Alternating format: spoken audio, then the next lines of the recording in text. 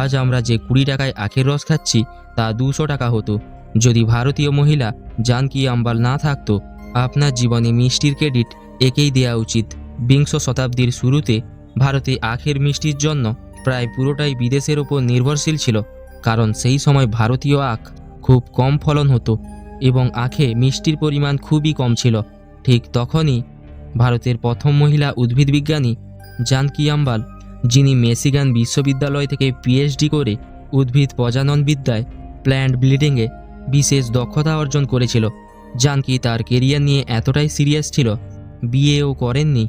1934 সালে ভারতের সুগারের প্রবলেম জানতে পারে, যার পরে 2 রকমের আলাদা ভ্যারাইটির আখের ক্রস ব্লিডিং করে, যার থেকে একটা হাইব্রিড আখের গাছ তৈরি করে, যা অনেক বেশি মিষ্টি হওয়ার পাশাপাশি যে গাছটি ভারতীয় ক্লাইমেটের জন্য পারফেক্ট।